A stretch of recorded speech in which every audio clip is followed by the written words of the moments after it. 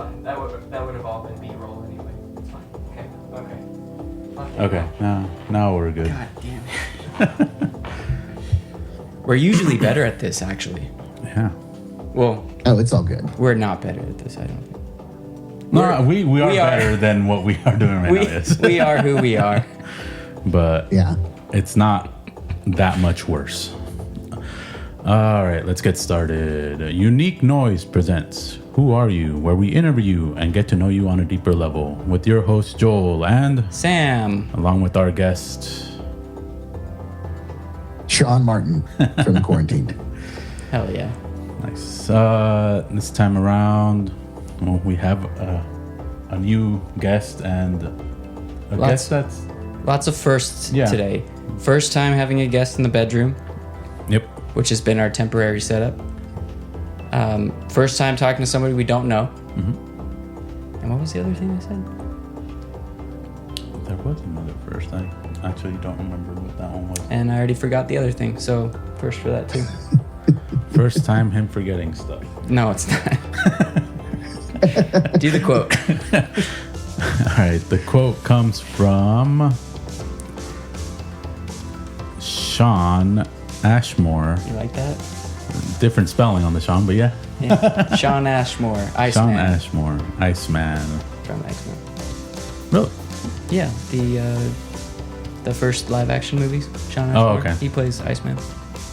And the quote goes, "Style is a reflection of your attitude and your personality." I like the quote. I usually do. Yeah, 'cause you pick 'em. I'm the one who picks them out. Yeah. But yeah, no, I do think that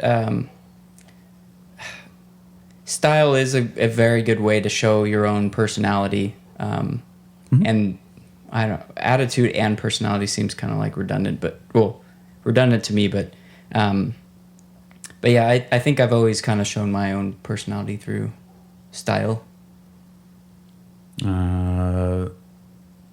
Similar to me, I usually get a lot of like printed shirts with different designs to show how fun and outgoing I am with my static face of being bored.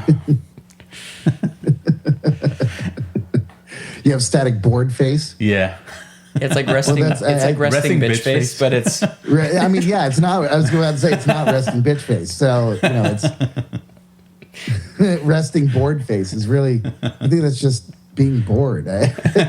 I mean, yeah. We're all. It's not everything is exciting as hell, Yeah. So, what do you think about that quote, Shawn? Oh yeah. Well, I'll say, style and attitude. Are what makes me think of, brings to my mind is, the punk rock sort of era of things. Mm-hmm. That was the attitude was coming through in the style, and one begat the other in a way, because the more punk you dress, the more people are like, what are you so mad about? You know? And I think there's maybe a few other styles that kind of reflect that directly, but I think that on a personal, I'm looking at it as like an entire genre. But personally, what attitude you have is reflected in your style, and oddly enough, that's reflected in your body language. There's a science behind the biology of your mental, of where you're at in your mind, reflect into your body, and therefore reflecting into the rest of the world. So this is, to me, this quote is part of the process of communication and perception. It's tapping into a much deeper way of speaking or communicating without speaking. I like that. Very poet-like. Yeah. I love when we have guests on it. It's so much easier when we have guests. Yeah, we don't have to think of anything now. They can use all the bigger words. Yeah. Will you do me a favor? Will you open up that window actually again? Okay. You're getting warm or what? I'm dying. I'm dying, but for the sake of the show, I won't turn the fan on. Yeah, it's a normal thing. You suffer for your art. I understand. Yeah, and it's just I'm so prone to overheating. Yeah, me too. Actually, I blame. I've gotten a. Go ahead. I've got. I had 3 heat strokes in the military. Oh Jesus! Ooh. See, Yeah, and after the 3rd one, they were like, "Watch out now, because now heat is always going to affect you differently. You're never going to be the same." I'm like, "Oh, thanks." Yeah, guys." that is true. Cells have memory, so if you end up getting a heat stroke, all those cells remember the temperature that you got it, and then you're always going to be prone to it. And real quick, what's everybody drinking right now? Oh, I'm drinking Arnold Palmer's. Nice. They're super dope. I love these things. Can't put them down. I'm drinking my beloved Baja Blast. And I've got a June Shine. Oh, nice. No. June Shines, Nice. which are not an official sponsor, but I will always plug them. Yeah. I want them to be a sponsor. I don't know if I've heard of them. What is it's that? a hard kombucha. Oh, wow. Yeah. So they use Interesting. They use real fruit. It hits kind of like in between like a beer and a wine. Really, really difficult to get a hangover with as well, which has been nice. And they got probiotics in them, so it's good for your stomach or something. Something. Yeah. Yeah. Yeah, that's cool, man. My mom would make her own kombucha. Oh yeah. Yeah, she's Nice. very much into that for a very long time. Yeah, Very and it was good. I like it too. Nice. Okay. What's on the agenda? Just fucking up per usual. So today we have Shawn Martin of the Quarentined here. This is our first time meeting, which has been fun. I did get to know you a little bit through your music. So I listened to everything you have on Spotify today. And, well, I had skimmed through some of the stuff when we'd first connected via email. But I listened to every single song that you've released today on Spotify on my way home. And there were a couple, like, real standout pieces for me. So, hold on. I want to make sure I'm talking about the right songs here real quick. 1 second. So, Nemesis, friend of mine, in brackets. So there's a moment where I thought the song was over, and then it came in with this kind of almost like radio, like a distant radio kind of filter, right? And there's just like this other guitar going on. I was like, what the fuck's happening? I was like, this is kind of like a banger of an outro. And then it kicked back in, and I was like, holy shit. Like that piece of music like kind of like rocked my car today. And then I believe it's Shadow. I'm pretty sure it was Shadow. There's some rhythm guitars in that the just like the chord progressions where I was just like, like more of this, like again. It was really good. And then the other one, A Change Is Gonna Come, which felt very different from all the other stuff. But I did enjoy that one as well. Nice. Yeah. Nice. Yeah. Right on, dude. Along that line, I wanted to kind of ask you about your musical influences a little bit, if you could speak sure. to that. Yeah. So, well, my influences for me playing were really, really varied. From a very young age, the stuff that was influencing me to want to do more music was Green Day, Metallica, Eminem, Tupac, Pennywise, the Cherry Poppin' Daddies, Alanis Morissette,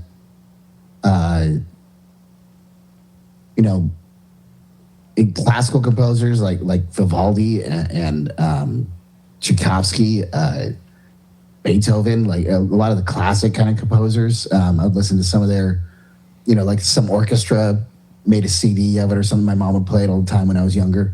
But in music school, Stone Temple Pilots, Nirvana, Soundgarden, especially, Muse, Billy Joel, Jimi Hendrix from the very beginning. Like Jimi Hendrix was one of the bigger ones who like I think Jimi Hendrix was probably the first artist that I felt like my soul was compatible with, Okay. Mm-hmm. Like I feel like Jimi Hendrix was like, because he was so accepting and like, wave your freak flag fly, man. Like it was so like I was like, man, that's freaking awesome. I love that, and because a lot of that time, like I felt like I had to raise my consciousness to become more aware of the world and learn about things. And Jimi Hendrix was sort of the gateway into that, from a very young age, about 14 or so. Mm-hmm. Very Very nice. That's quite the extensive. I don't know if I can list that many for myself. Yeah, I listen to a lot, man. I mean, hey, sometimes you just have, moments with particular songs, like A Day in the Life by the Beatles. Mm-hmm. I would just get seriously high in my car and just, let my mind go listening to that song, and dealt with so many different feelings of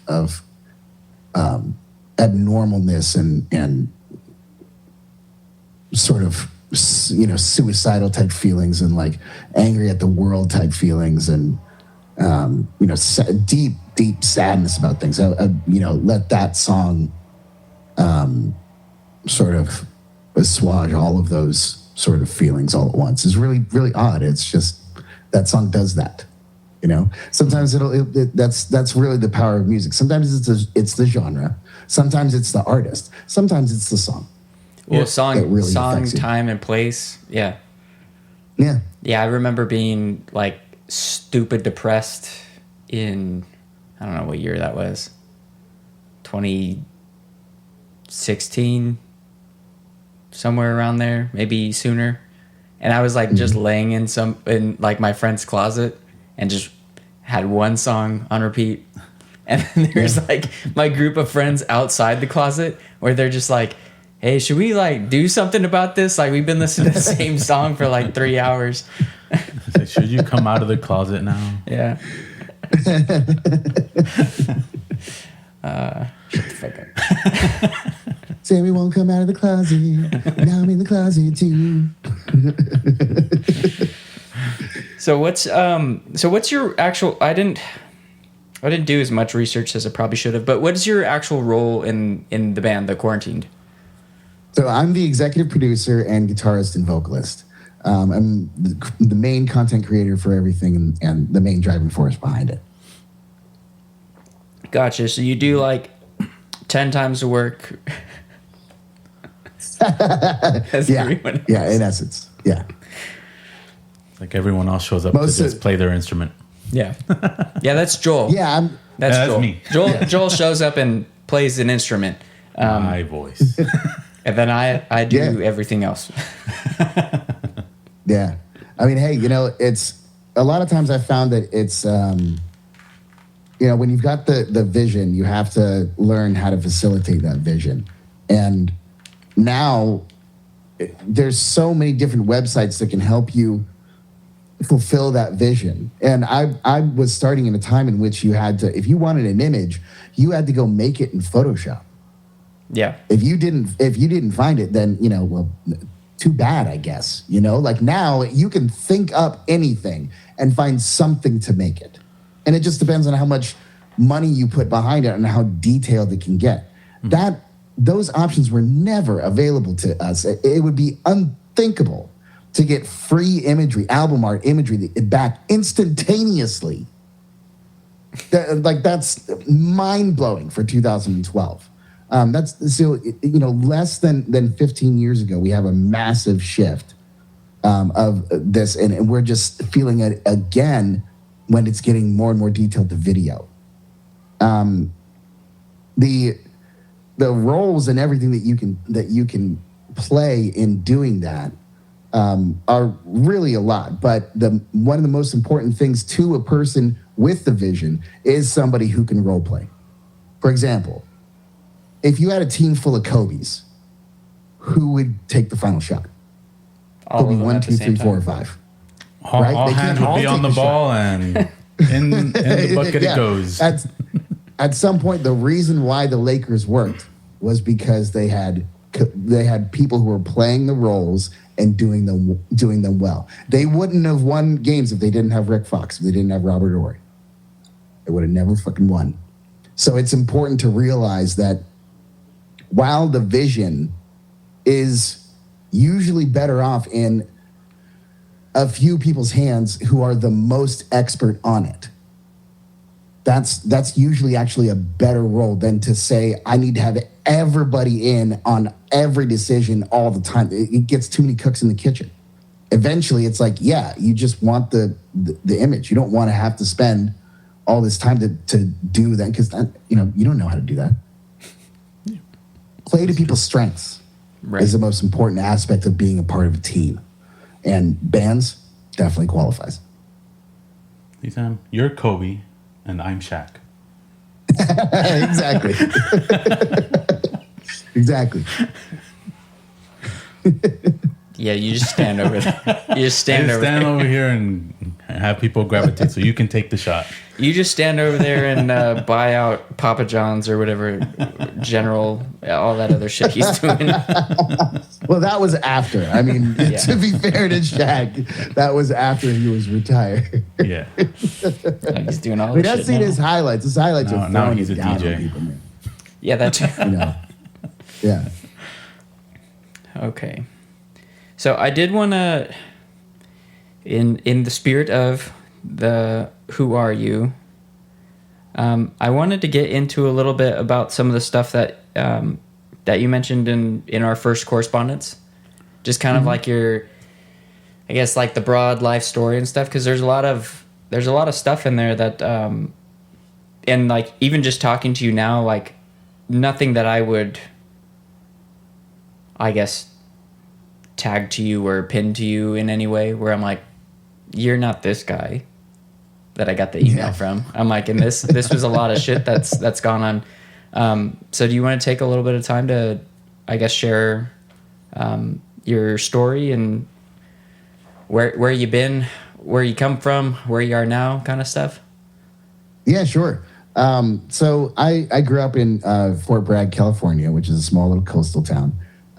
It's not a military base. And when I was about 17 or 18, I went and joined the airborne infantry in the Army. This was 2004, December 28th, 2004. When did you join? I joined 2008. I just missed him. No, okay, yeah. Not airborne, though. I was signal. Oh, okay, nice. Yeah. Oh, you were Signal Corps? Yeah. Okay. Did you get attached to a different unit, or did you? I did get attached to. My last attachment was to airborne, so I was in Fort Bragg, North Carolina. Okay. Yeah. So yeah. And but prior to that, I was also attached to the artillery unit over by South Korea. Oh wow, interesting. Near the what is it, 47th, near the line, or? Yeah, I was near the line. So we were the closest. We were in Camp Castle, which isn't there anymore. They actually closed that one down and made it into a university. So South Korea took that land back and made it into a university. Wow. Yeah. Okay. Well, advancing education, I guess, is pretty good, right? Yeah, that's cool, man. That's cool. Like it's very interesting that did you? So you were like forward observer in those infantry roles, but a different role in the artillery because they don't need a forward observer. No, right? no, we were just making sure their internet was up with satellites, and that was about it. Oh, okay. We were attached to command, so it was It was all that. And even like for the airborne, we were technically also not frontline. It was more, I was working with the signal company that was attached to the actual, now I'm messing up ranks because it's battalion, company, brigade. Yeah, company, battalion, brigade. Yeah, so I believe we were attached to the actual brigade because we were attached to the Sky Dragons. I actually forget the full name for it, but yeah, it's been what almost 20 years because 2008 20 yeah 18 years. 18 years. Yeah. But yeah, we were attached to the actual battalion. There we go. We were attached to the battalion, not the brigade. So we were a company attached to the battalion. So we only communicated with them, and most of our stuff was just again helping 2-star generals and all of them just fix their passwords. Only 2-star generals? It's like, oh, I forgot my password. Of course you did, you old fuck. It's like my computer is not connected to the printer. Yeah, I know. I disconnected it so you can come here and talk to me. Yeah. But it was a lot of that. And we also had satellite communication between the actual planes. So we kept communication going through the planes securely, and that's all we did. Yeah. Okay. Yeah. Well, that's cool, man. Yeah. So I was in the airborne infantry. I originally signed in an 18X contract, and that was the fast track into special forces. So it was essentially you start out as an E3 and you go through infantry basic training and airborne school, and after that you can choose whether to go to a unit or at needs of the Army, or go to selection and face their 90% drop rate. And so I chose at that point to go into needs of the Army, and I got placed with the 3rd of the 509th in Fort Richardson, Alaska. And so we trained up there for a year and a half, and all different kinds of infantry training about, small unit tactics and CQB and combatives. We had some amazing experiences with the combatives classes. We took like an entire 2 weeks for them to train us everything and get us all up to level 1. We can talk about that too. But so then we deployed in October 2006, and I was there until about the end of August 2007. And for me, my deployment was very, very eventful. We had our first casualties within the 2 weeks of getting there. I myself got blown up about just around 2 months in. Okay. And in that one, the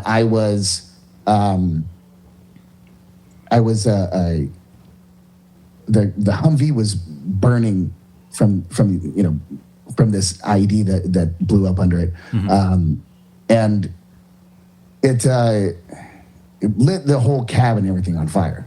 And at that point, they had these extra armor that they would put on these doors that stood out about 6 or at least a few inches or so. And it was just enough to where if the back door was open, it would lock the front door closed because the armor would overlap with the door. Yeah. And that's exactly what happened to me. And I got locked in to the Humvee while it was burning. And I had to dislocate my shoulder to pull that door open. And so I could free myself to stop from getting burned alive. Oh, yeah. That was 2 months into being in country. That was my first combat experience. It got worse from there.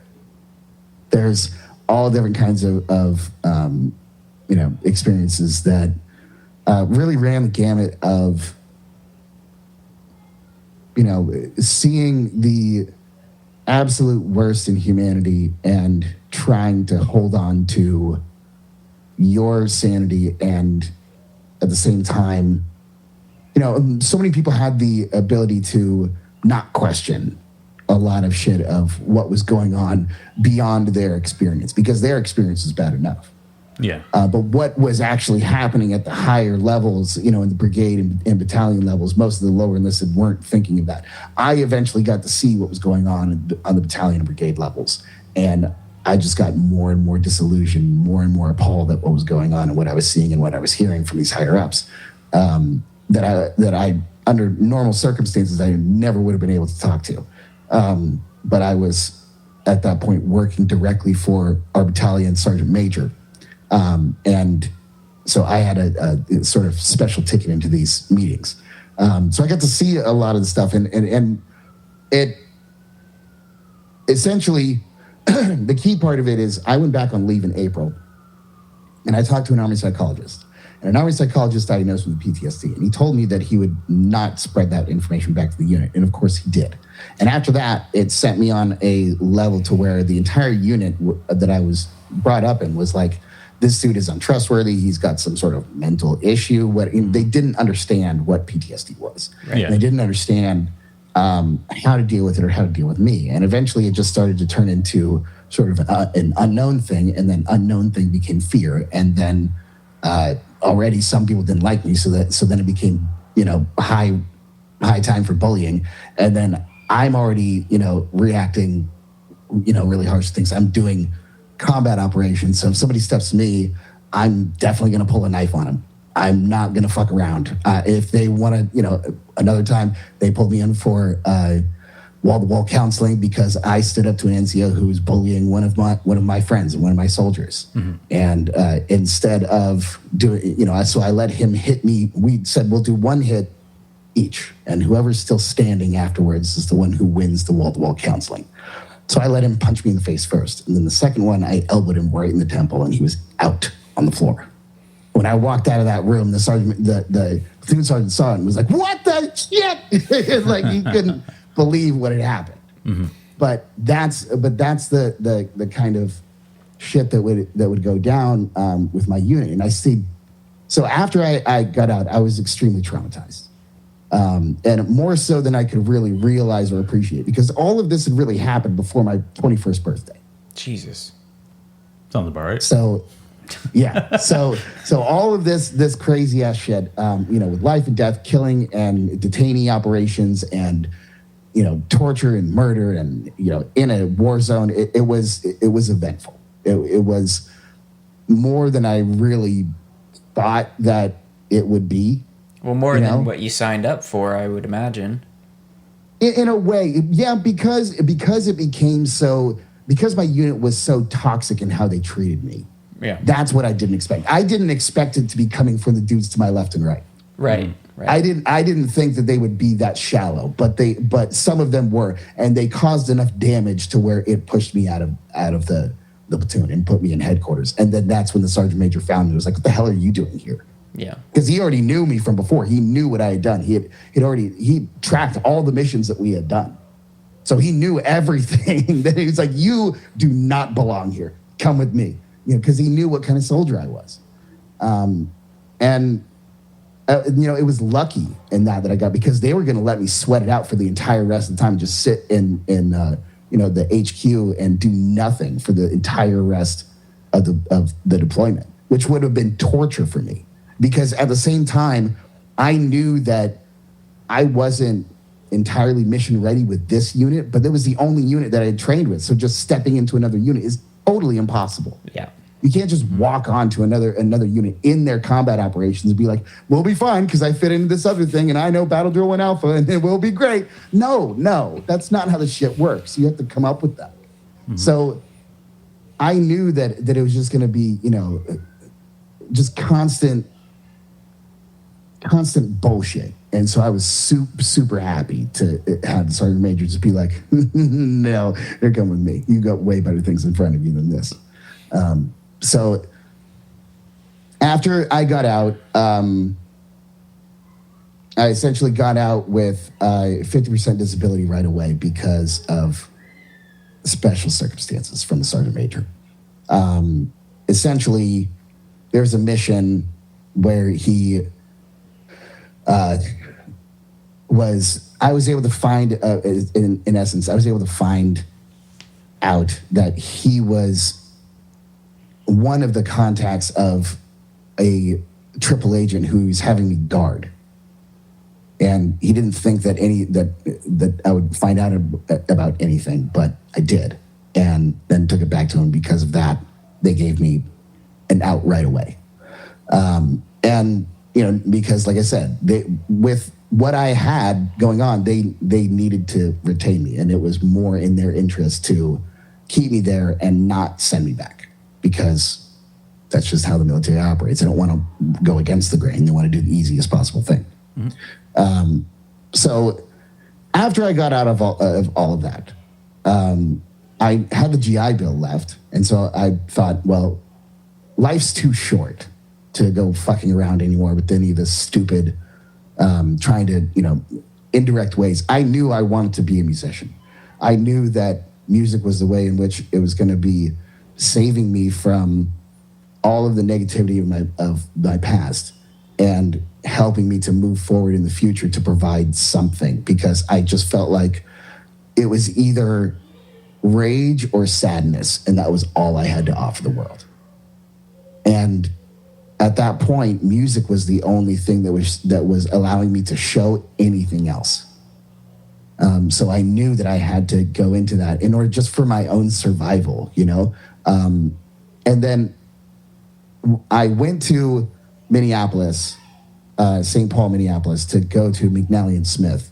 And when I went to the audition, the person I was doing the audition with, I went in there like knowing 2 pentatonic scales and wanting to play Voodoo Child and Nothing Else Matters from Metallica. And when they're like a jazz school, like they're trying to be like the second version of Juilliard. Mm-hmm. They're not like going to be accepting like punk rockers or metal kids or like any of that shit. So I show up with my Kirk Hammett signature guitar and I'm playing Metallica with it, to a like a 1x2, solid state plug-in Fender amp. And like, where's the distortion on this thing? Like he's like, oh no, you don't belong here. All right. You need to get away because you're just not good enough. You don't know enough. He was really harsh about it. Mm-hmm. And so I was like, well, fine. Well, then fuck all you guys. I'm just going to go do my own thing then. And 2 weeks later, I get a call back from the school and they're like, why aren't you in classes? And I'm like, well, you'll never believe this. But the dude was a total dick about it. And it's like, is that guy going to be one of my teachers? And they're like, oh yeah, he's definitely one of them. I'm like, well, then I'm not going to your school. Fuck you guys, because that's not the kind of environment where I'm constantly going to be like, you're not good enough. No, man, screw you. I've already lived that. Right. I'm not going to tolerate that again with this bullshit, because this is such bullshit compared to where I was just at. So don't try to tell me about importance, fuck you guys. I'll show you what I learned and then you can tell me how important it is. All right. So from there, I worked, just random ass jobs in Minneapolis and, tried to play, and try to get things going with some other musicians who are around, some of whom I still talk to.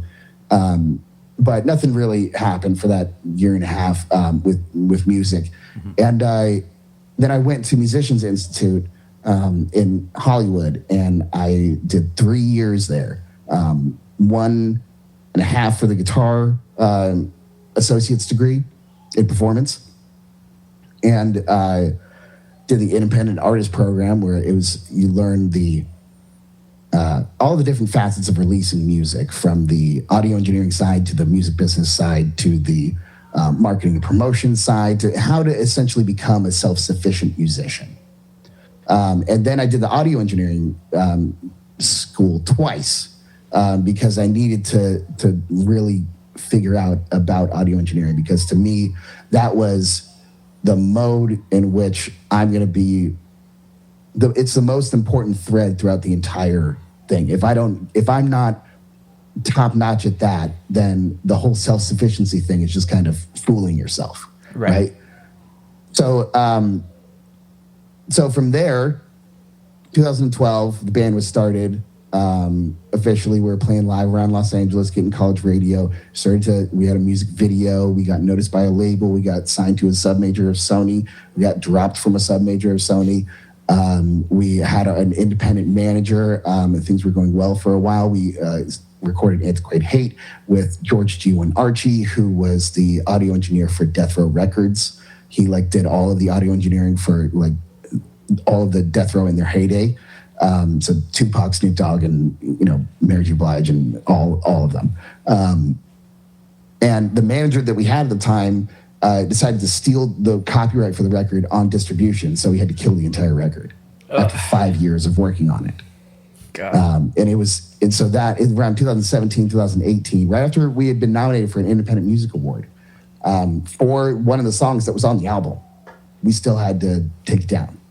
That's my fucking nightmare. Right. It was an absolute nightmare. It was. It was the most helpless that I've really been as an artist, because it's how did I even get myself into this position? Yeah.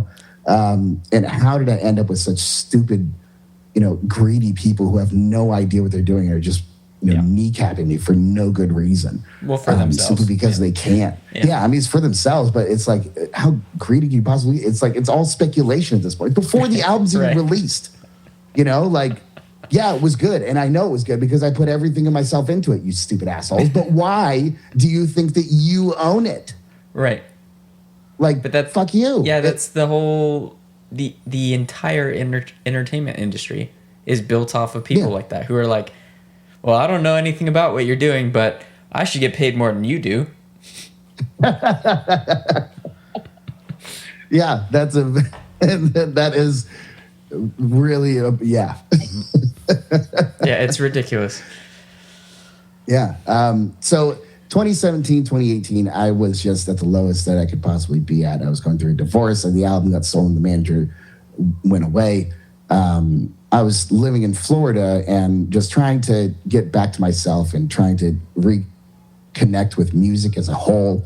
I was starting to discover more about doing acoustic music and putting my voice with an acoustic guitar instead of just strictly with electric guitars and drums and the full band production as it had been before in Los Angeles. And I started to, try and record my own stuff. And I was getting ready, to go back out into society and, go out with my acoustic guitar and start doing shows. And then COVID hit. And I'm like, well, shit. COVID was kind of fine for me because I'd already been doing it for the last year and a half. Yeah. I'd already been isolating myself entirely. I didn't care about. Same. Yeah, Same. Really? Yeah, it's weird how it's being away from everyone.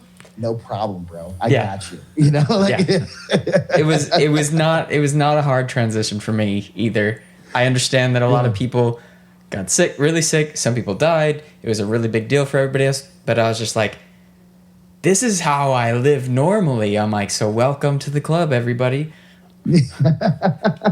Yeah, I feel there was a lot of people like that. And oddly enough, I was definitely one of them. And I remember thinking that so many damn times. It was oh, welcome to the Sad Guys Club. You're welcome. Now you know how it is for all the rest of us. And so, after COVID, I went to, after COVID lifted, I went and did an open mic tour. And at the same time, I was doing a crowdfunding campaign. And so I went and, just found every open mic that I could in most of the major cities. And just went to there and tried to see what the music communities were like. What the, kind of caliber of artists were just showing up there. And most of the time I was extremely surprised at how good, these guys were. And they were just doing it because they were dedicated to it. And it was really nice to be around that kind of company because, you can see their determination, and it's a matter of respecting it. It's not even that you want what they have. You're just I can appreciate that because I do that same grind, Right. And it's good to have compatriots in that. So then I tried to get some stuff going in Pennsylvania, and it didn't really work out. And so I then was looking to Nashville. And I brought Aversion to Normalcy, the whole album that I had been working on from before, under COVID, had put it all together, recorded it multiple times, made all the songs and wrote it all.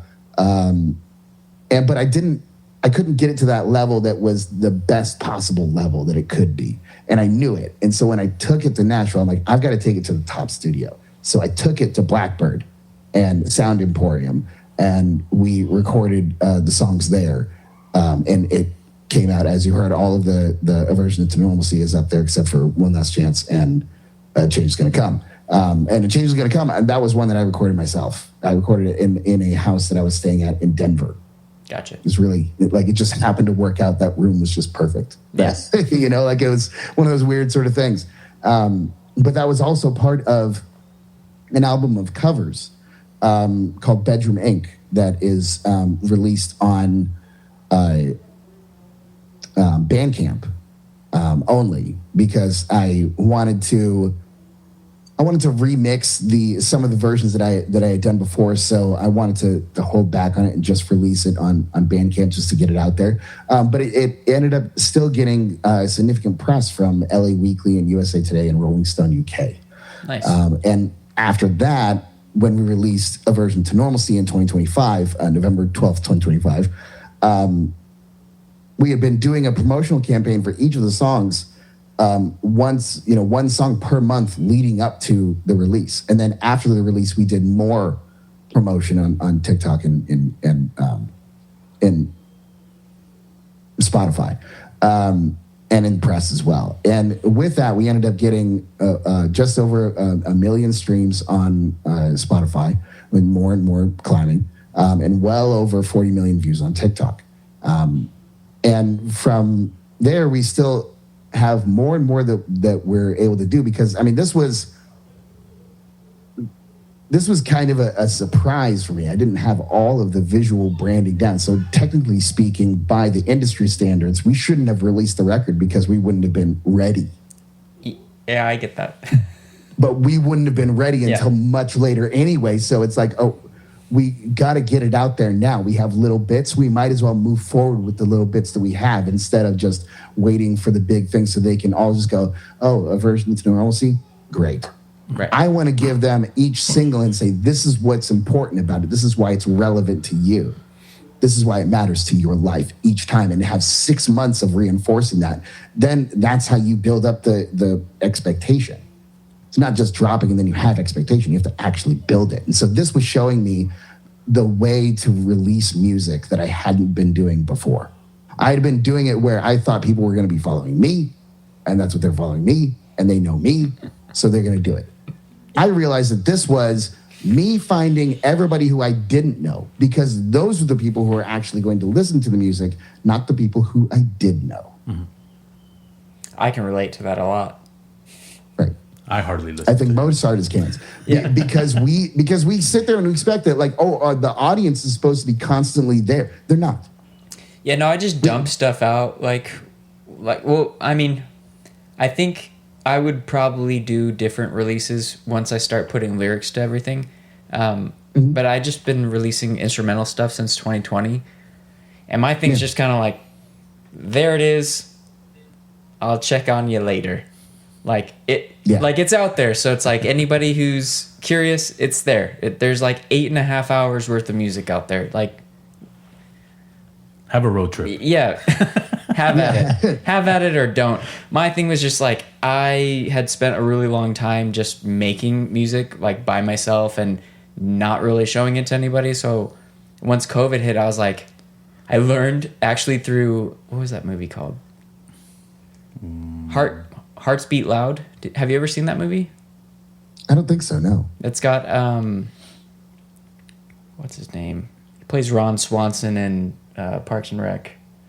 Oh, Nick Offerman? Yeah, Nick Offerman. So it's him, and he plays like this dad who owns a record store, and he wants to like be in a band with his daughter, who's like a really talented singer and also a musician. And they write a song together that kind of blows up, like accidentally, and I learned through that movie how easy it was to release music online, and I was like, what the fuck? I was like, I could have been doing this like for a long time, and like I just wasn't even putting stuff out there. So then I started releasing everything, and then I was like, here's old stuff, and I was like, and here's new stuff, and then I just did the CP and blah blah blah. So, but I've been cool in it because I don't know. I've been working on an album for like 3 years. I'm needs help with lyrics. Yeah, I'm I played a couple songs for Joel like a couple weeks ago, and he's like, "Oh, this sounds like blah blah blah blah blah." I'm like, "What the fuck?" I'm like, I've been sitting on this thing for years trying to find like the right words for it, and you're just like, "Yeah, no, this sounds like this," and I'm like, "Fuck." Yeah. So apparently I need a writing partner. Well, hey, yeah. I mean, it's it's important to be able to be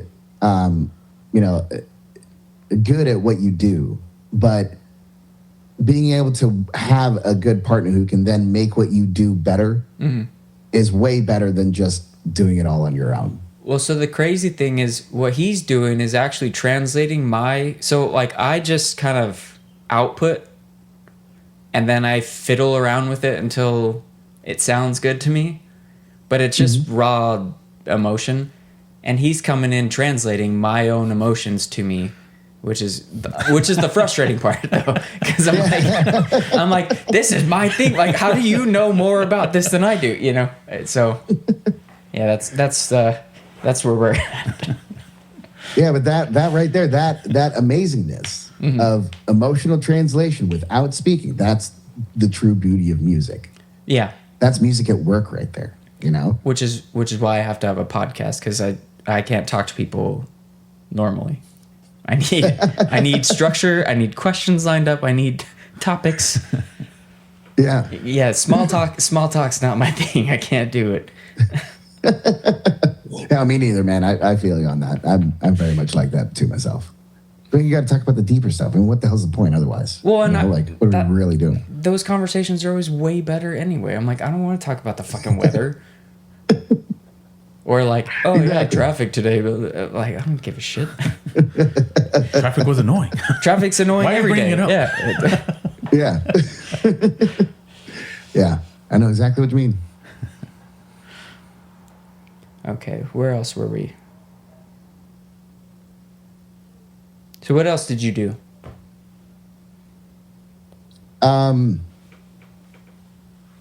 Catch us up to, I guess, today, to now.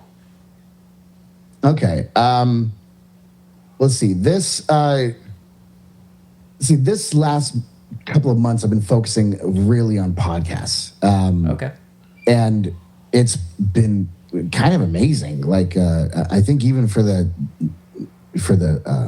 platform that I'm using there, I think they're kind of surprised by it too. I started doing it in the second week of February, and I booked 20 in the first 2 weeks the last 2 weeks of February. Oh, wow. Then over March I booked another 25, and then over April I booked 30, and then this month I decided to calm it down and just do 17. So that's well over like 60 podcasts that I just now have. And I have a shit ton of content, to put it through with all the shorts. And I'm trying to find all of the different ways in which I can utilize all of this content. And there's a lot. Yeah. There's a lot of different ways in which you can leverage all of this different stuff. And I'm, starting to see, I was telling Joel before, I was using this platform called SoundLink, where it matches your audio to whatever video visuals that you want to, and it's a whole database that you can search, and you can just search unendingly about matching visuals to your own audio, and it's the coolest thing ever because it works. Like, it's been just, whenever I've tested it on the algorithm, it does way better than everything else that I put up there. So that means it's got to be a part of the content pillar, because once you have those pillars, it starts building that ladder, Today, I just tried the stupidest, one of the stupidest and maybe craziest best ideas that I've had. And that is using my dog for a video. So what I had was, I was feeding my dog fries. And I thought, this is really all you need for like a video. Like, what else do you like? I'm thinking that, like, you need to do all this performance stuff and it's like, get all in the camera. No, you don't. No. You can just feed your dog some fries and have a clever line that goes about it. And that reaches more people than most of the shit that you would just try to do yourself. Yeah. And it's because it's giving people a dog. Yeah. Dopamine. Yeah. When you give them the shot of dopamine, then that's how all of social media transfers. That's how it all works. So the fact that it can, I put it out maybe 2 or 3 hours before we did this podcast, and it's already at 2,000 views and has well over 45 likes before I came on here. It's like, it's already one of the bigger posts for this week. And it's like, that literally took me 15 seconds. Yep. So I'm starting to figure out all of these different aspects of social media to start, all the different ways in which you can leverage your recorded audio, because that's your biggest asset. It's not video. You can place video to anything. Video is cheap, and it's, with SoundLink, I mean, you can pay $20 a month or $0 a month and still access all of their platform and still have access to all the different video that you want to put out for whatever. You can build a campaign and have them go out every single day. I like the $0 a month version. Yeah, most people do. Yeah, you can use it for $0. I'm not just plugging for this platform, but this is one of many platforms. Yeah, I mean, this is just one of many platforms. I've already been introduced to another few that do a similar thing, but are already up there. There's so many different avenues that I'm starting to find for an independent artist to become self-sufficient, and it's not. We have to drop this old idea that you need to be in front of the camera and that everything that they like about the band is going to be what they like about you. Wrong. No. Your personality, who you are, will be, and most likely has nothing to do with how people interact with your music. They're reading your personality based off of what they listen to, but you're giving a performance. So it's still you, but you saying to them, hey, listen to my music now, is not going to work, as opposed to showing them something that makes them emotionally invested in whatever they're watching. So if what they're emotionally invested in is watching motorcycles race because it's moving really fast, and your music goes along with that because it's on the same, sort of feeling of traveling down, well, that's the connection you need to make. It's not, you need to make a video and be like, imagine traveling down the road and it's like crazy. You're not doing an ASMR thing. You're giving them 15 seconds to interact with your music where they go, cool, click. I love how this was supposed to be us interviewing you, but I feel like I'm personally getting kind of like a masterclass in music distribution and marketing, which is actually really helpful. So I'm not mad about it. Yeah. I mean, look, these are the things that I'm looking to do. I'm looking to be the kind of artist that, I want to help people facilitate their dreams, because that's what I was always wanting for and asking for whenever I was around. I just didn't know that that's what I was asking for. Yeah. And there were so many different aspects of the music industry that were unavailable, but now it's, as long as you have the internet, you can access this stuff. Right.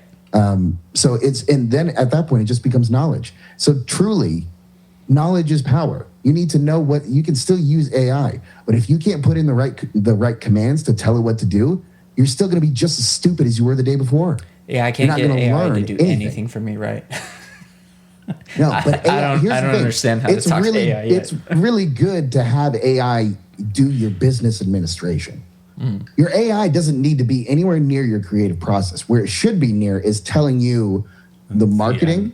It should be telling you how to do business operations, facilitate your business, your business general operations, so that you have a working backline to what you do.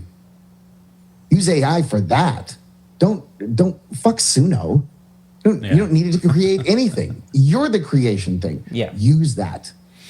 AI, then it becomes all your advantage to all of the different information you didn't go to, that you didn't have before because you maybe didn't go to music school and learn. I mean, all the stuff from Photoshop, useless. All of those classes, stupid. Why did I even pay attention to it? I don't even bother with Photoshop anymore. It's irrelevant. But me learning the importance of having visual aspects to go along with your art was the point of the class.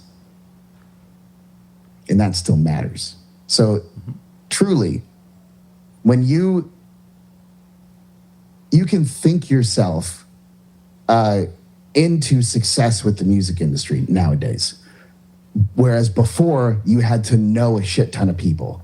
Now, you can find everybody you don't know really fucking easy. Put out an ad with Meta and just use just a little bit of money, and you can find anybody that you want to. It's not what the game's about anymore. The game is about how you make people feel, and that is the even playing field that we've been looking for as artists for a good long time. It's finally starting to come around. Now, I kind of wish this wasn't recorded so I could just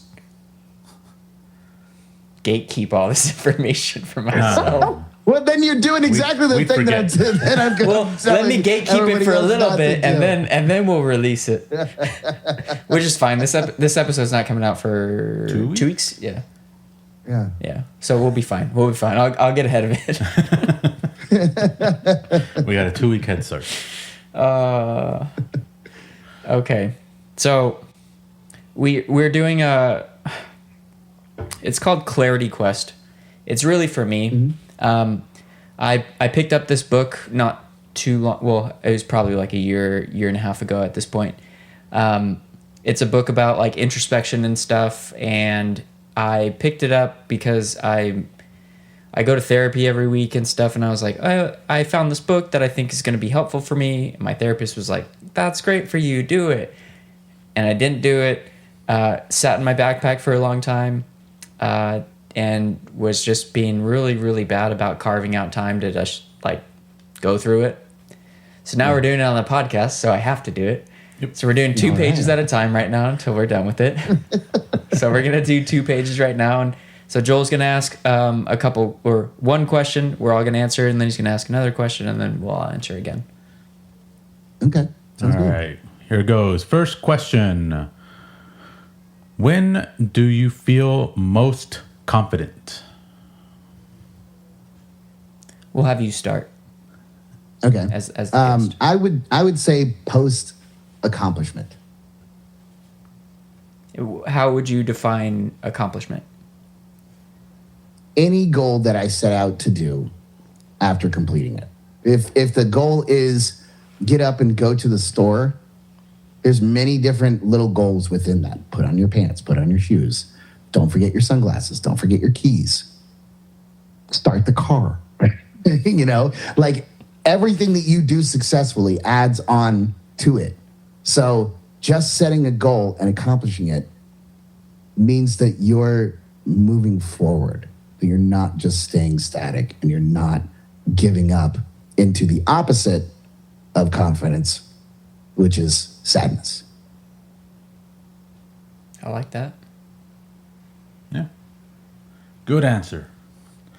Do you want to go? Thanks. You can go. I'll go then. I'm still mulling it over. Let's see. I feel most confident when I am lying. Damn.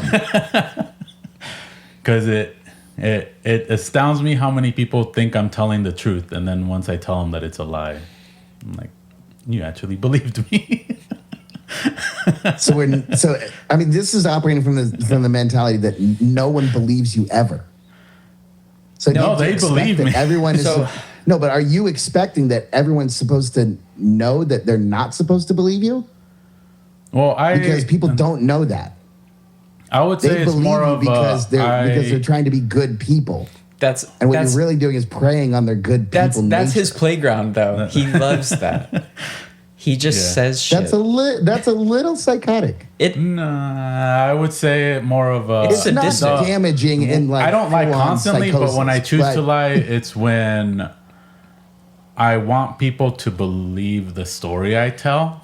It's always something stupid too. It's something completely random. Sometimes they don't know a thing, so I confidently say something incorrect about a certain procedure, maybe, or even like during work when we were working together, it'd be mainly lying about I have an process. example. I have an example. So I think we were driving around sometime, years ago, and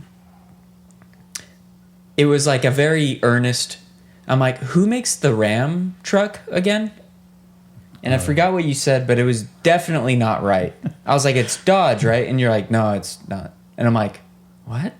Like, and then like just getting to like this, I'm like, no, but I'm pretty sure it is. And he's just doubling down on that's that. more sarcastic. That's not just lying. Yeah, no. So I think you're kind of misrepresenting. That's not lying. He's being sarcastic and trolly.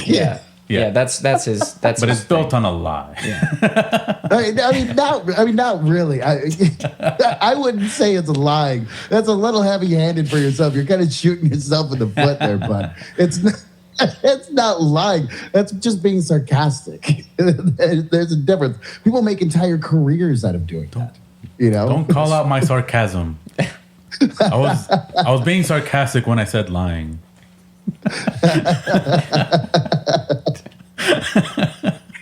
I can understand that. Okay. Now I'm on the storytelling playing field. I get it. Storytelling is what brings out my confidence.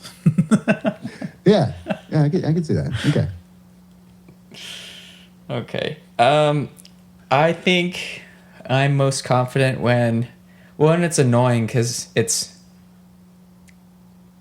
like sometimes I wish I could show people this level of confidence, but once I finish like a piece of music where I'm like, oh, this is fucking good, but I'm pretty sure no one else is gonna think this.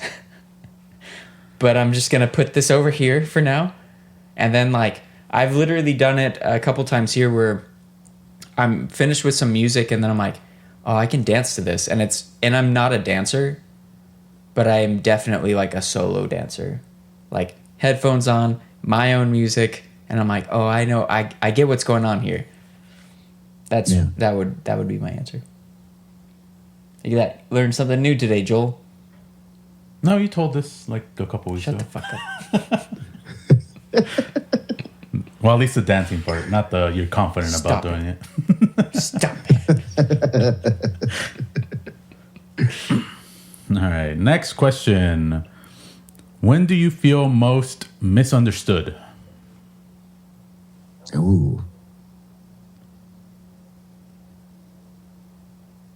See, the key word there to me is feel, not being. Yeah.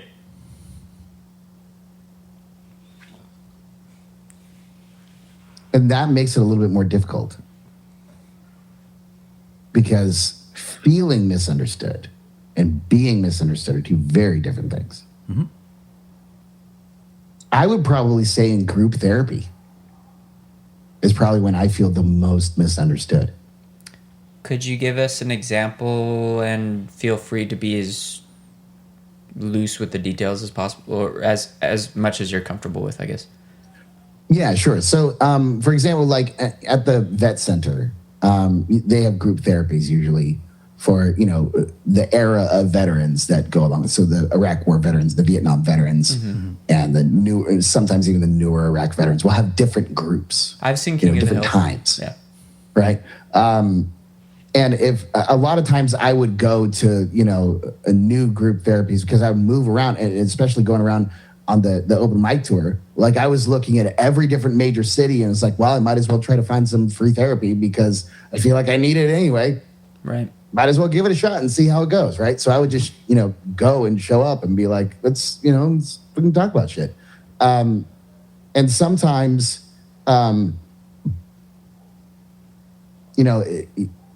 you feel like if people are paying attention to you, a lot of times they're not really paying attention to you. But when it does come on, sometimes it feels like you're not explaining yourself well enough to people, or they're just kind of looking at you smiling and you're just sort of waiting for a reaction. And it could be like, because I know the smile could be like, yeah, and this is why you're stupid. Or it could be, yeah, dude, I like that. That's good. Yeah. It could be either, I don't know, they're smiling. I don't fucking know where their mind's at. So in that way, there's moments where it's like, oh God, did I misrepresent myself in something? And usually I find that feeling to be very short-lived. But I would say that, being in front of new people that's sort of always a fear of misunderstanding. But I felt that the more that I understand about what I'm trying to get across and the deeper that I have an emotional connection to it, the less and less that fear affects anything at all. Yeah, I can see that. Yeah. For me, it's been always just I guess first conversations with people, especially like out in the wild, right? Like in conventions and just roaming around shopping centers and all that stuff. Like your first meeting with someone, your first communication with them, is like that's when I feel most misunderstood. Is like, did I come across all right, or did I come across creepy in any way? Like, how did it go? So. Can I give you a survey? Especially at conventions. Like I feel you get the more and more self-conscious you get, the more and more that whole affects the thing you're talking about. So yeah, absolutely. I'm gonna go with just in the sake of, or in the name of therapy. I'm gonna just maybe not the times that I feel most misunderstood, but the times that I feel most hurt by being misunderstood, which would be like in my relationship, where sometimes I feel like I've made this point very, very clear. And the reaction you get is just kind of, you're like, what happened? You're like, I this conversation got so far away from where I was trying to take it. And like, it's that battle between just like two completely different worlds, like mashing together, where it's like neither person's necessarily wrong, but there is definitely a deep misunderstanding on whatever the fuck just happened. And now we're mad at each other. Because then it's like, you're not listening to me. And it's like, well, you're attacking me. And I'm like, yeah. Yeah. All that stuff. I know. Yeah. Relationships are fun. You should get in one, Joel. Just jump in. I'm good. Come on, be as miserable as me, please. No, that's unfortunately what it sounds like all the time to single people. It does sound when like we're looking at a relationship. But unfortunately, we have that same interaction with ourselves when we're standing in front of someone and they're finally like, "You want to have a relationship? I think we should do this." And then you're like, "What's the matter with you? You want to be in a relationship with me? What the fuck's the matter with you?" Yeah, classic. Yeah. Oh, so I do have a follow-up question to some of the stuff you were talking about. Sure. You were talking about being on all these podcasts and stuff. How did you go about that? Like, how did that come up? Like, were you seeking out other podcasts, or like, how did that whole thing work? Yeah. So there is when you're first I'll tell you, it was Podpitch. Podpitch was the program that I use. And here was the thinking behind it. There are 8.5 million podcasts. We're one of them. I don't know if we are. You are one of them. Yes. We're one of them. You are correct, sir. Yes. There's 8.5 million of them. How do you search to find the ones that you're looking for? I'm kind of the kind of guy who I get overwhelmed with academic shit really fast. Like, you put me in a musical context, man, I'll be academic all goddamn day. Right. You put me in front of a spreadsheet and I'm like, what the fuck are you even talking about, dude? You put me in front of data centers and I'm just like, I'll search. I forget what words are. Like, it's just a bad, thing. You just pull out your gun and start firing at it. Exactly. That's a desk pump. You don't do a desk pump? Come on. Yeah. I'm not kidding. It doesn't work for me. Yeah, just shoot it. A lot of times that's really not far from where my mentality is at. So I need the help. I need the help to formulate these, all of the emails, because I have a nervous system disorder, the PTSD, that takes me out of the situation all the time. It's never ending. It never stops. The only thing a lot of times, and I'll still even have attacks while I'm performing even. And I still have I have coping mechanisms that I use to get myself through it. But it still affects me nonetheless. And I know when it's happening. It's a daily thing for me. So with Pod Pitch, I'm able to tell it, look for these podcasts that are about, in this case, it was mental health podcasts, music-based podcasts, and anything having to do with mental health, psychology, and current events. And it brought back an seemingly unending list. I've already done 70, and I've overwhelmed myself. Yeah, that's an overwhelming number. Thousands more. Yeah. Right. I still got thousands more. We're only on episode 61, man. Right. Exactly. It goes hard. Like Yeah. it's a whole big thing. But I knew that truly the new music journalists, the new ways in which people interact with each other is podcasts. That's why there's so many of them, because there's still a need for it. And it's also an unending need, the need to commune, the need to talk, the need to sit across from other people and not just be relegated to your own mind. Every single time is a new opportunity. And that's exactly the kind of place where I thrive. So I knew that, and I knew that podcasts were where I needed to go and do that. And Podpitch enabled me to outreach to all of these things. And I found that there are so many podcasts in which I can fit into, because all of the work that I've been doing in therapy with the inpatient clinic on Sunset Boulevard in Los Angeles, to all of the therapy that I've been going to since then at the vet center and with the VA, has really taught me a lot. And when I look at the world, I see that there's a real lack of it. And it makes me really frustrated. But then I realize it's half because they don't know, at least. The other half is because they're stupid. But at least the other half, the 50%, is just ignorant. And they can learn when you give them the opportunity. And so from there, that pulled me back from the edge, from saying all of society is fucked. There's nothing to do. There's nothing to help them. They're just fucked.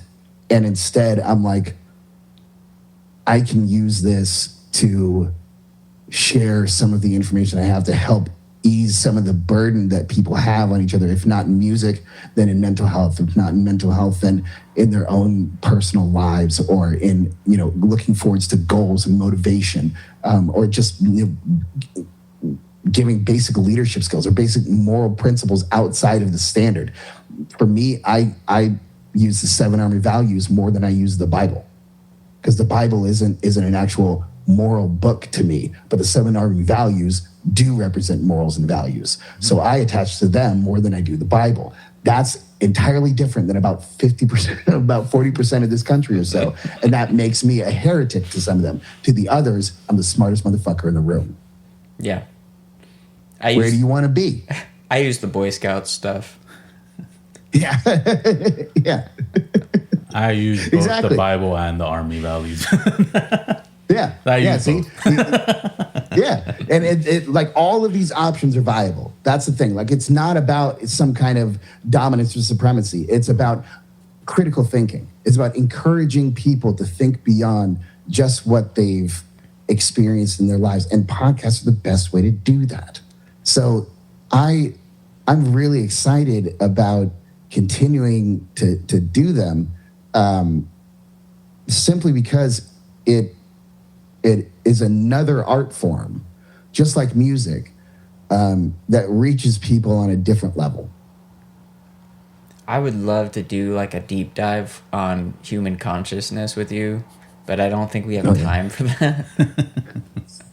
But I think we could. I think we would have a an interesting conversation. I've been reading a lot about human consciousness, and then how that fits into like UFOs and shit, and all that stuff. Greek gods, like all this shit. All interconnected and stuff, and all the religions and stuff being interconnected, and it's just. But we're not going to get into that right now. We'll have to schedule a different time for that, because that'll we'll be here until Joel has to leave, I guess. Probably, but not that. So we're going to do some more questions instead. Be my cue. Yeah, we're almost done with this card game. This is a card game we started with the podcast. Yep. And we are down to like 4 more cards after this. Oh wow. 6. So 6 2 each. cards. Yeah. So yeah, it's been quite the ordeal. I'm a little bit anxious about getting to the end of it. I have some stuff planned behind it, but we'll see what happens. We'll play it by ear. Yeah, we're gonna roll with the punches. Yeah. Let's see. So this is bold, and there are 2 questions here. Wait, what category is this? This is reflections. Fuck yeah, that's what this episode's about too. That's what those questions were. Was it? Yeah. See, we planned it out. We didn't. That's why it's so cool. All right, first question. What do you think makes... No. Read it as it is. I saw it. Yeah. What do you think makes me different from other people in your life?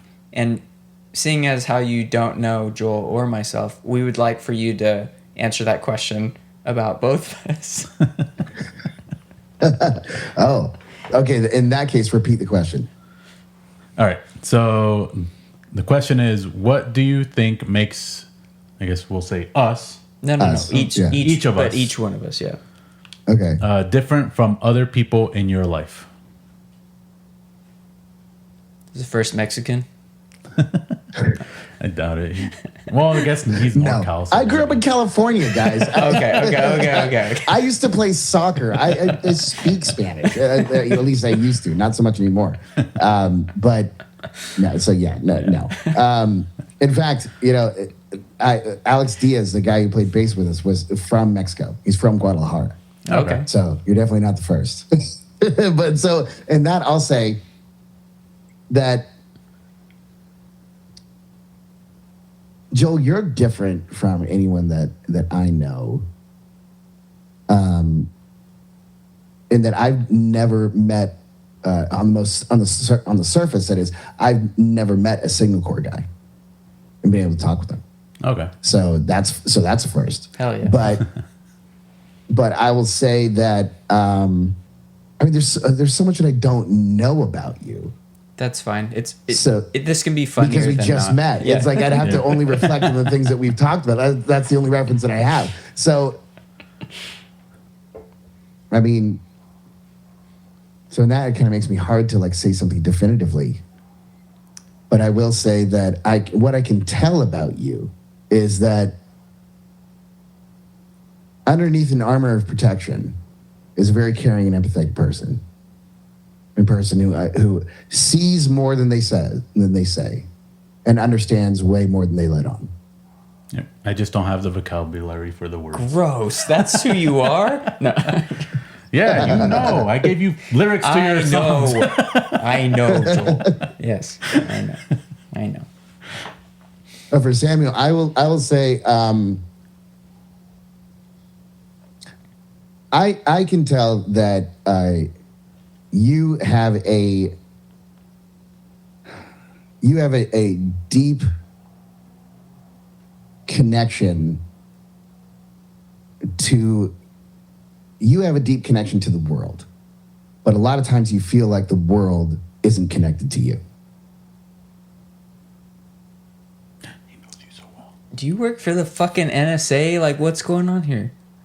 Guys, One of the things that I used to do was interrogation for the military.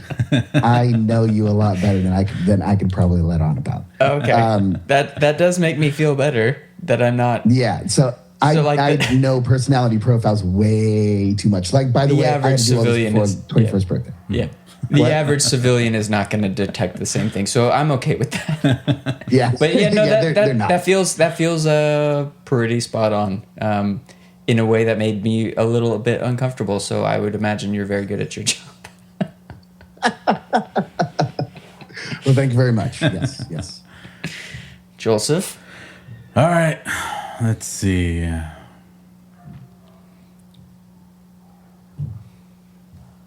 For you, Shawn, you'd be more different than other people. Same thing. First infantryman that I'm actually able to communicate with. And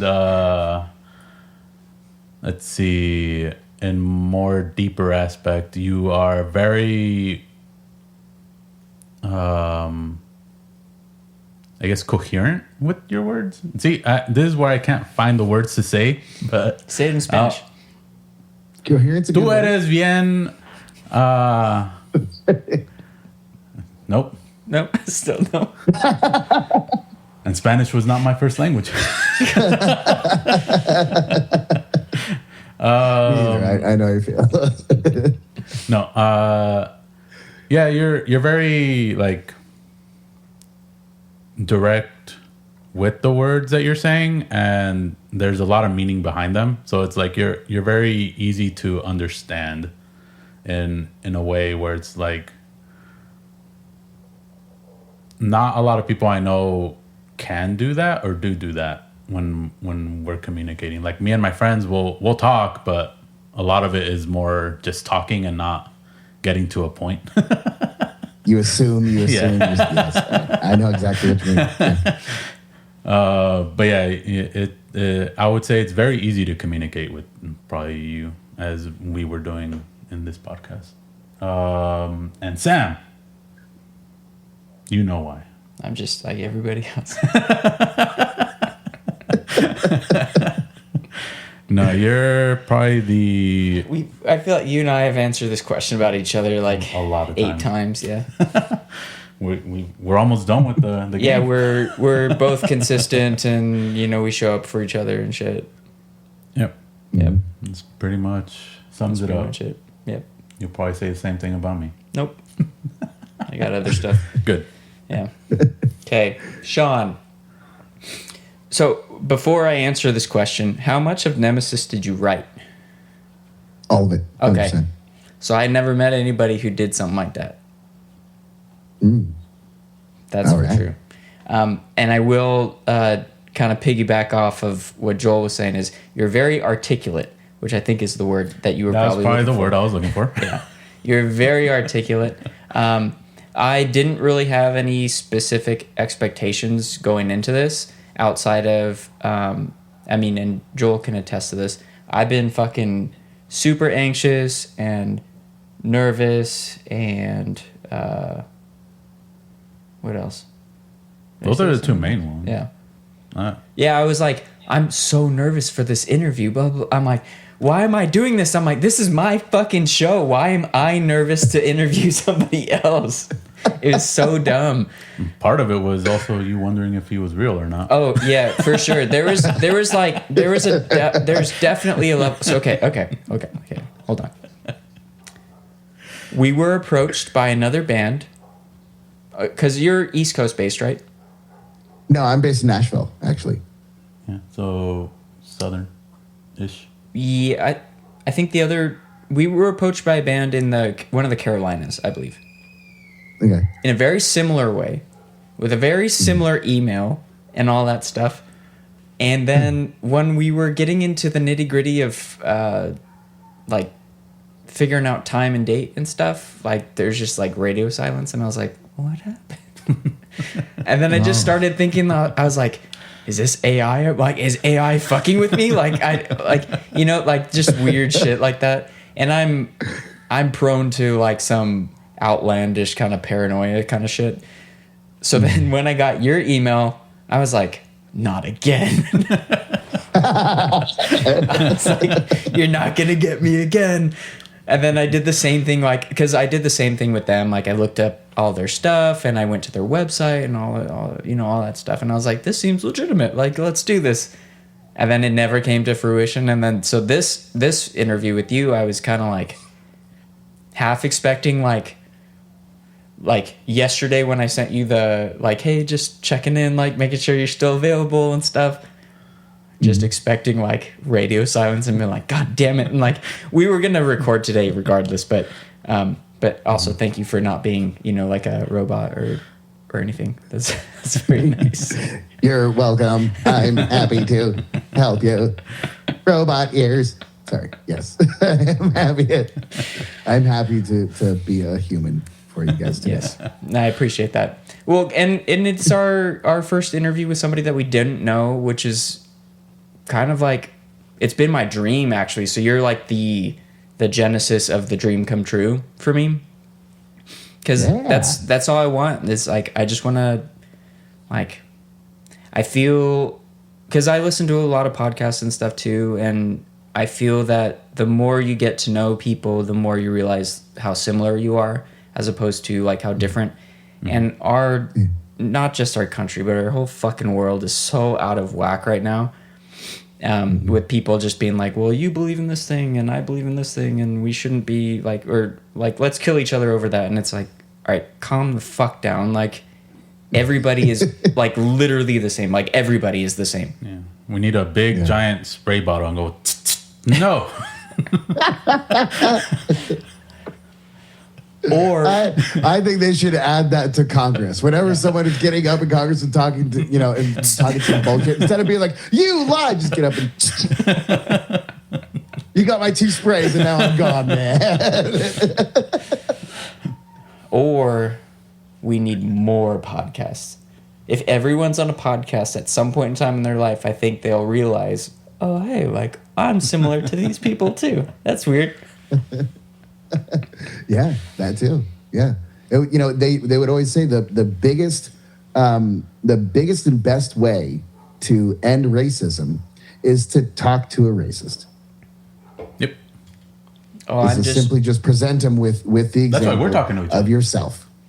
Well, I'm just intermixing races, sexually speaking. That's my solution. Good. That's good. Also, like anybody else who's white women, so I'm half white and half Japanese. White women and Japanese women just kind of look like family to me, and it's just kind of like, no, I can understand that. I'm like, yeah, you look like you might be one of my cousins. I know you're not, but it's like, I do have a cousin that kind of looks like you. And then it's like, you look like my mom's family, and we don't need to do that either. So, yeah. Oddly enough, I'm living in an area that's not too far from where my grandparents originated from, but this would have been like in the 18. Like their family like originally, yeah, like they moved, like they were the first generation to move west from the East Coast. Gotcha. And they settled around where I'm at now. So I'm kind of like having the same thing. I'm like, yeah, you could be, and I don't know. So never mind. Like it's kind of funny. Yeah. Yeah. No, it's fine. And I'll say it, black girls do it better. Oh yeah. So that one I know for sure. Moving on to my second answer. So, Joel, what makes you different from other people in my life? We've talked about it at nausea, the reliability. My brother actually was talking to me about it too the other day. We were talking about the show, and I think that was probably last week. Yeah, because you were over on Thursday, right? Yeah. Yeah. Mm-hmm. So this is just like a few days ago. My brother and I were talking, and he's like, Joel just fucking shows up. I'm like, yeah. I'm like, because this wouldn't work without him, because I'm like, I can't get anybody else to show up like he does, which is very, very rare. Because, like I had plans with a few other people as co-hosts before him, and nobody would commit. Like, nobody. Yeah. And they were like, yeah, let's do that. That sounds great. Da, da, da, da, da. I'm like, all right, well, like, let's time date. Like, let's get a schedule going. And they're just like, shh, like radio silence again. And it's like, what the fuck? So. Yes, let's set some times and that goes. Yeah. So definitely that. And I do think see, I feel like I've said this before too, but like your dry wit and your trolley behavior. I don't think I have anybody else in my life who does, or not to the degree that you do that. What degree would that be? Where like you don't let people know that you're fucking with them or joking. No, but what degree would that be? Like 90 degrees. Okay. But backwards. Yeah, 90 degrees slope. Yeah, 90 degrees backwards, yeah. And mind you, I will say, as a correction to my previous thing, using sarcasm to stand up to the most self-assured people is the best use of sarcasm. Oh, for sure. Yeah, for sure. I love being sarcastic with people. Like when they're not in on the joke and they're being an asshole. Yeah, exactly. It's so delicious. Oh yeah, absolutely. Next question. Next question is, what do you not spend enough time doing? Oh. That's difficult because you kind of get caught up in the what should I be doing, but that's not the assumed part of the question. Because what do you say it again? What is the question? Like, what do you not spend enough time doing? So it can be either like how you said the you should be doing stuff, but it's also like, do you need to do something? Is it because it leaves it open to either obligation or choice. I would say playing live, because it fits both parts of the aspect of the question of the obligation and should I by choice kind of thing. Because playing live, really, there's a different sort of, there's different chemicals in your brain that get activated when you're in a positive community situation. You can become an entirely different person when there's a group of people who are just, having fun around you and because of you. Like that's truly the best feeling to have, that's like nourishing for yourself and for other people. And so because of that, I feel like I should be doing that more. Human consciousness. Right. Everybody's antennas go into the same radio signal. It does something. That's why church is so successful. That's why concerts are so successful, and any other group of people gathering around for the same purpose. Yep. We're all just using each other. Yeah. Yeah. Yes. People are social creatures. Not just social. Life is a simulation, and we're all robots. So when we're all tuned to the same frequency, something happens with our robotic innards. But don't cut yourself open, because there's just blood in there and guts. No, it's just oil and circuitry. Yeah, it's just red oil.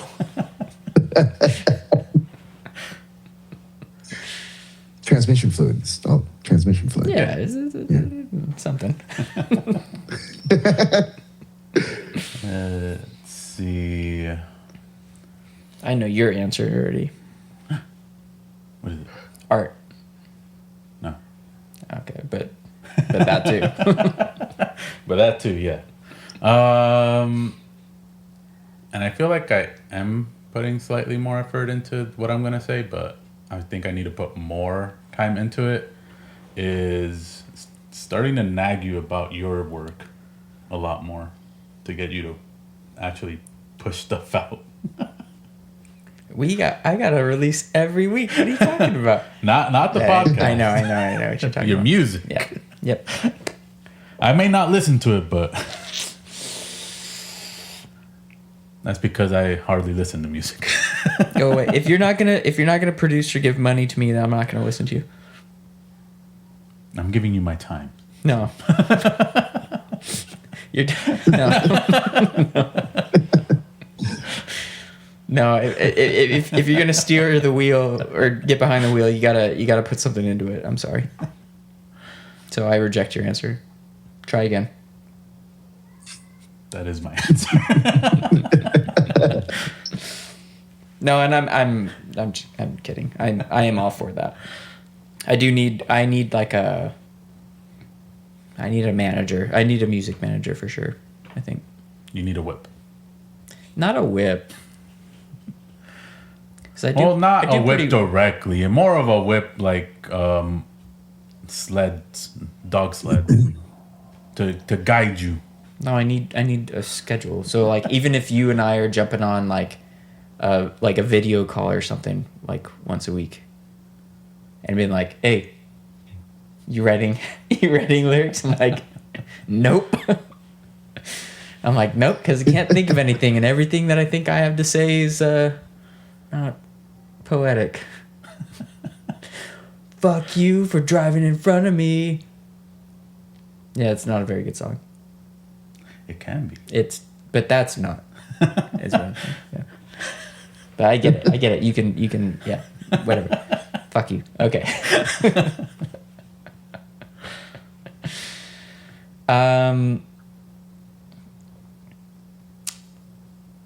So I guess my answer would be spending time with the family, which is odd. I live with my brother, his wife, and now 2 girls. He just had a baby, she just had a baby on Saturday. Oh, wow. Yeah. So there's a newborn alien being carried around in the house right now. Robot. Yeah. Well, she looks like an alien. But she's apparently quieter, which I'm looking forward to. But I can't hear anything in this room. No. Like, once I have if I turn my TV on and stuff, like, I'm far enough away from all of that stuff so I can't hear him. But I've been putting an effort into that, though. Like, the last house that we were living in, I rarely came out of my room. I went into the kitchen maybe once a month. So, like, I was just getting meal services and basically, like, I had a microwave in the garage. So it was just like, and that's where we were recording before. So now it's like I have all of my stuff set up in the kitchen and stuff. So I'm out in the general areas or whatever, the general population more often now. You're out in Gen Pop. Yeah. So I'm being the common areas. Yeah, I'm being more social now, which has been kind of like my main goal about moving here. Which has been nice because it's like how much more space do you think I have here now? You've tripled your space. There you go. Yeah, nice. I was living in like a closet, essentially. Which is before. it's still small, but it's now livable. Yeah. It's a little bit smaller than like what a studio apartment, or it's a little bit bigger than what a studio apartment would be. Yeah. Well, that's great. Yeah. Yeah. So my mood has gone like way up. So it's been nice. I can really, really appreciate that myself. At one point when I was living in Los Angeles, I was paying $800 for an 8x10 sectioned off piece of somebody's living room that I could only have enough space for a cot, and that was it. And I was going to school while I was doing this, so it's like literally coming back to an 8x10 cell. And I had a bookshelf, you know. That was the best thing that I had, was I had a bookshelf. and I had some books on it. Nice. And that was how I lived for a real long time. And, you know, it was worse because the person who I was living with was a total disrespectful dickbag and just didn't know anything about what he was supposed to be doing versus what he was doing. And it was actually a very fun story and how I threw that back in his face. But however, the point is that when you get yourself into a situation where you're comfortable and you're stable, my God, that makes all the difference. You can start make. I would really, you know, express to you that right now would be the perfect time because you just moved to start creating new habits that set you up for success in doing the things you want to do. The stuff that you do now will set you up for how fast you'll be moving a year from now. Jesus Christ. I don't know if you heard that or not, but somebody... Yeah, was that a parrot? No, it was a Yes. little child. Oh. Which is like a parrot. Yeah. No, I totally agree with what you're saying, though. Because I'm all about, like, setting habits and stuff. I have a very strict regimen that I have to adhere to just to keep myself sane. So, like, everything else is falling into place. So the last piece of the puzzle, I think, is scheduling during the week when I'm going to be editing the show and when I'm going to be working on music specifically. Instead of just like, oh, well, I have some time now, but yeah, I mean, I'm going to be working on it after you guys are both out of here, so. Get out of here. No. That's our cue. Okay, so I do have, I had a thought on the drive home while I was listening to the songs on Spotify. Mm-hmm. And I just want to preface this because I can foresee this sounding not as nice as I'd like for it to be, but I want to let you know. I think you could do almost any song that Jack Black sings vocally. Like, I think you could nail it. Mm-hmm. And I mean that with the utmost respect, because I do believe that he is also like a very talented musician. He's silly as fuck, but he's really talented underneath all that stuff. And I forget what song it was. There was one song in particular where and I just listened to an interview with him, so he was very present in my head. And then I was listening to all your stuff and I was like, huh. I bet if he did a string of Jack Black covers, I'm pretty sure he could nail this shit. Oh yeah, actually, what's funny is I used to do "Fuck Her Gently" at those open mics. Oh yeah. That whenever I would see that I would have a really adult crowd and they were kind of a little bit fun with each other, I would break that out. It would tear down the house every single time. So yeah, I mean Jack Black would I was in Los Angeles when Jack Black and Tenacious D were, this is before he had done some. He was very much a well-known name, mm-hmm. But the Pick of Destiny hadn't come out yet. Yeah, he really hadn't transcended into the guy, and I remember seeing that go, and it was sort of there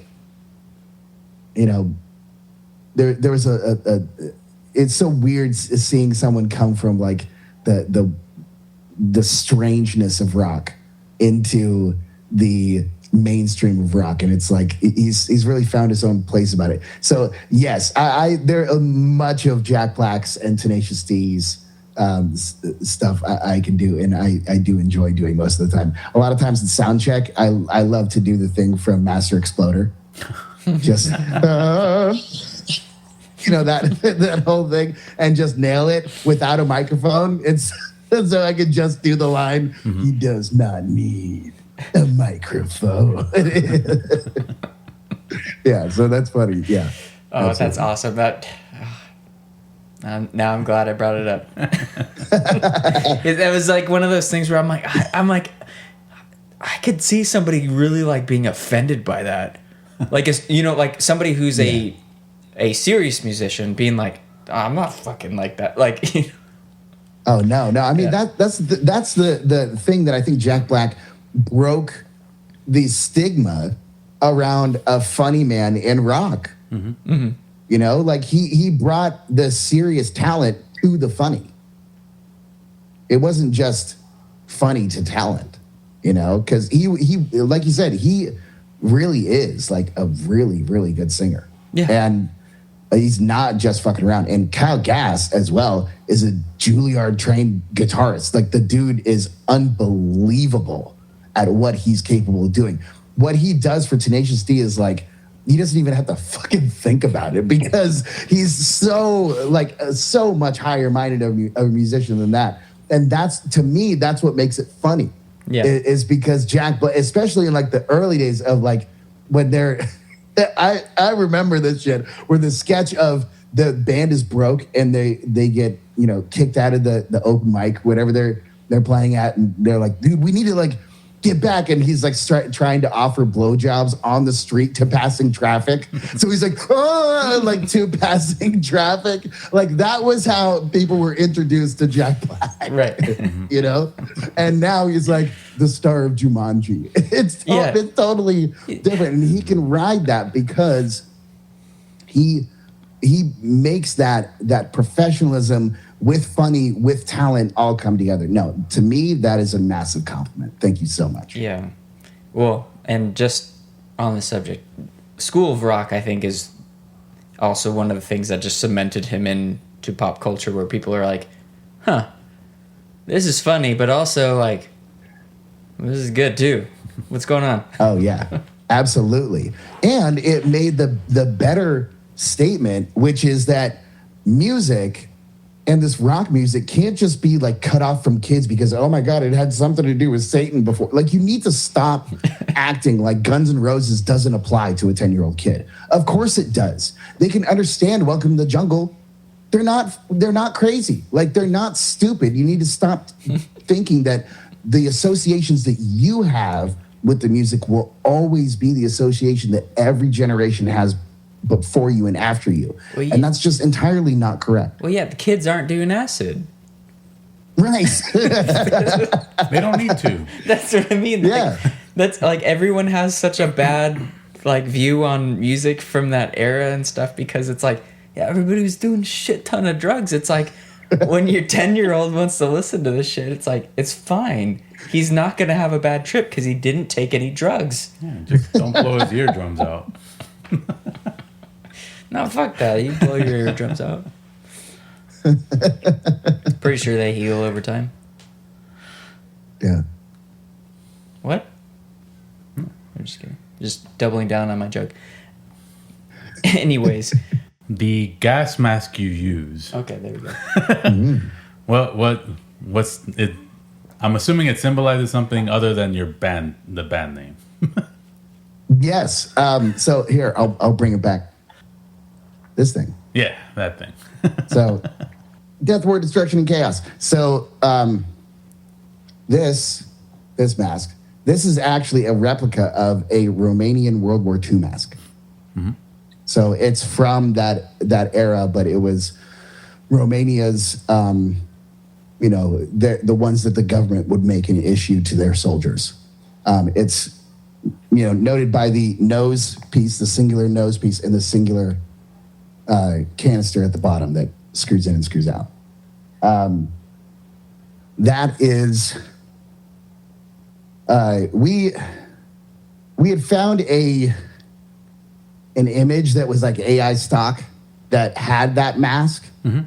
And when we were translating that image to something different and something new that we owned, we had to go find what kind of mask it was.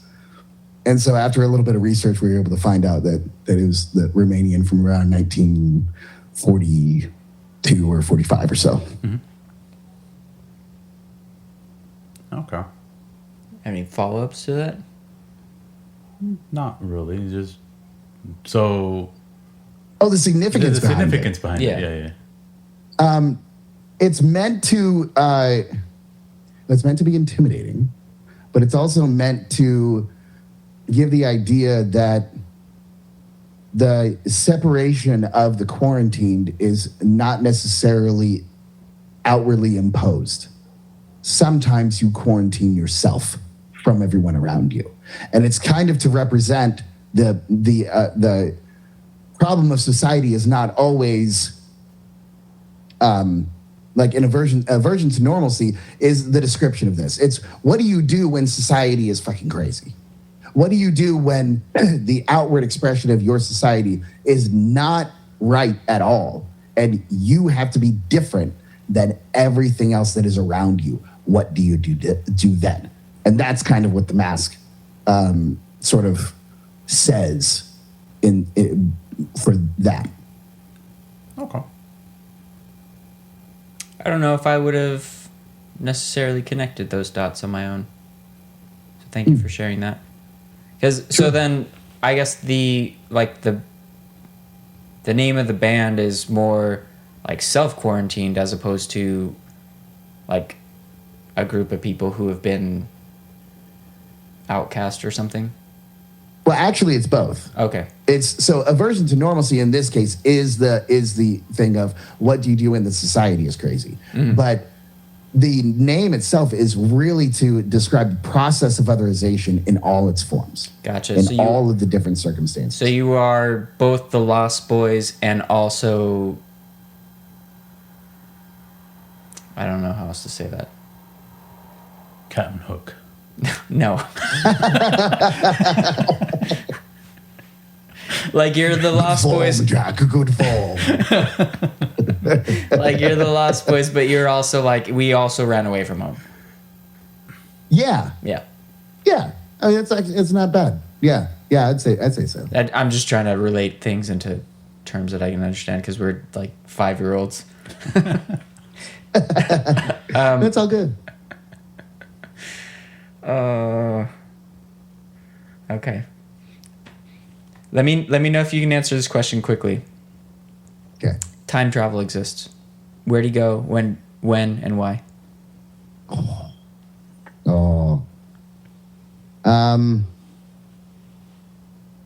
There's so many different things for like, just for the one-off sort of like, cool, and then go. And especially like because I play Assassin's Creed a lot. Ooh. Like that makes it real different, right? So it's like there's part of me that's like, 1899 French Revolution, I'd want to see that shit. But at the same time, it's like I'd want to go to the 70s and go to a Led Zeppelin concert and get fucking fried and see what that shit was like. Try to meet what's his name, Peter Grant, and see if he'll punch me the fuck out. Like just fun shit. Just to see how good. Like there's a lot of those kind of eras. Like, but there's so many consequential things. No. Okay, I'm sorry. I can't just do fun. Like there's just no fun. consequences to this. Yeah. Okay. Then just fun. Yeah. I'd go forward, man. Okay. I think I'd go forward, and it would require a lot of testing. In the end, you'd probably just be really disappointed about a lot of shit. But like, to find the advanced society that's like Star Trek-ish. Oh, that sounds nice. That's what I want to find. That sounds nice. Yeah. Yep. I like that. Cool. Thank you for being here, Shawn. Really enjoyed meeting you, and I'm sure if you got the time amongst your 70 other podcasts that you're doing, that we'll have you back again anytime that you're wanting or willing to. Absolutely. Yeah, and thank you everybody else for listening. Make sure to follow us on social media at Unique Noise on Instagram, Snapchat, Facebook, and YouTube. Like and subscribe. I'm pretty sure we have a TikTok still too, but I don't know how to get into that anymore.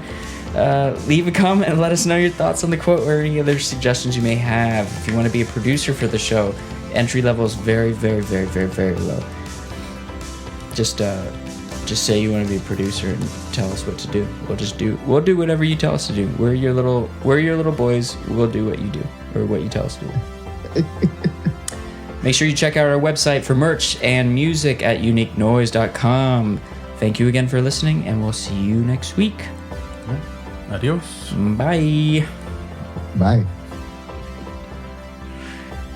Awesome. Yeah, man. Right on. Thank you guys. This is really great. Fantastic show. Thank you. Thank you so much for having me. This is really fun.